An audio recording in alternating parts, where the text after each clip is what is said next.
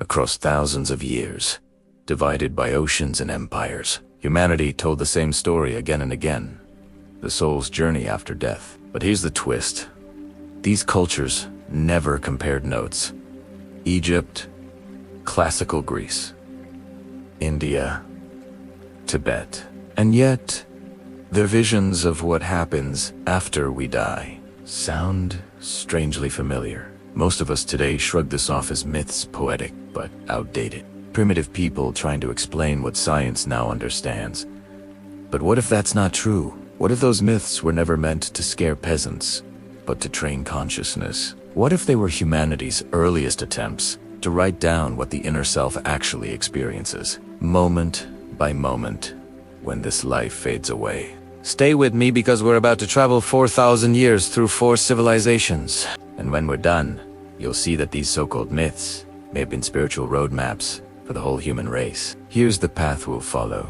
First, ancient Egypt and the weighing of the heart. Second, Greece and Plato's astonishing tale of judgment and rebirth. Third, India's karmic loop through life and death. And finally, Tibet's lucid guide through the Bardo. Let's begin our journey in the place where the soul first got paperwork. Ancient Egypt. For Egyptians, death wasn't an ending.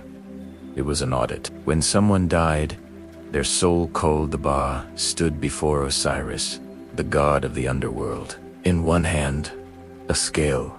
On one side, your heart. On the other, the feather of Mat, the principle of truth, justice, and harmony. If your heart was lighter than the feather, you passed into eternity. If heavier, it was devoured by a creature delightfully called the Eater of Hearts. No second chances. But here's where it gets profound. The Egyptians weren't obsessed with death, they were obsessed with balance. Their entire civilization revolved around cosmic order. They believed that in every heartbeat, every act of honesty, every kind gesture, you were training your soul to face that final weighing. In other words, morality was not for social control, it was spiritual physics. Fast forward to ancient Greece. The most famous student of Socrates, Plato, wrote about a soldier named Ah, who died in battle. 12 days later, he came back with memories of what he'd seen. He described souls judged for their lives, punished or rewarded, and finally given the chance to choose their next body.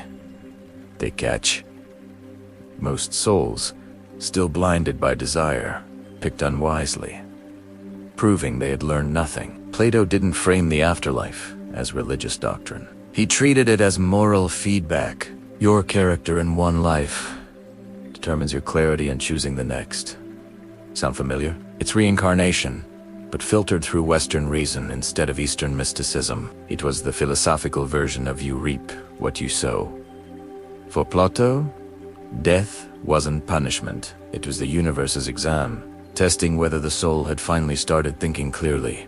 In India, the soul never got stuck at customs. It keeps moving through samsara, the endless cycle of birth, death, and rebirth. The Upanishads describe the soul as a traveler, shedding bodies like worn-out clothes. Every choice, every thought becomes karma, residue that tints your next life's lens. You might return as a poet, a merchant, a bird, a beggar, or a king. The universe didn't care about punishment. It cared about learning.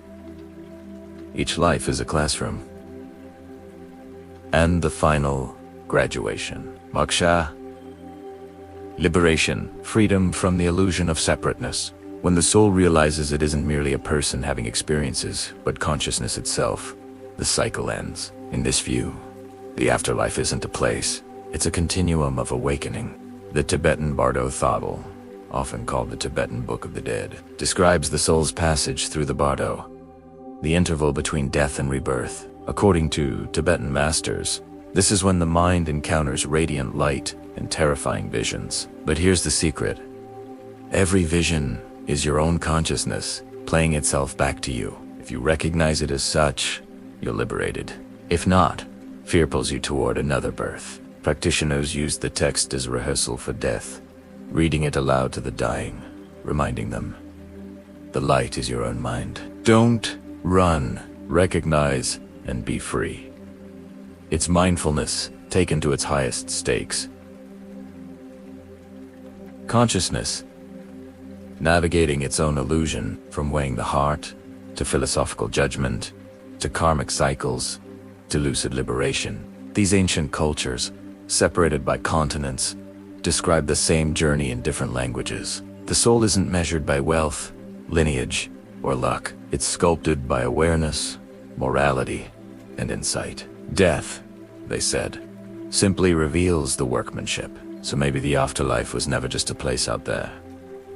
Maybe it's a mirror reflecting how awake we become in here. Every tradition leaves us the same message. The journey of the soul doesn't begin at death. It begins right now, in how we live, think, and love. Next time, we'll explore what modern science and near-death experiences are showing, and whether today's research is quietly rediscovering the same truths the ancients already knew.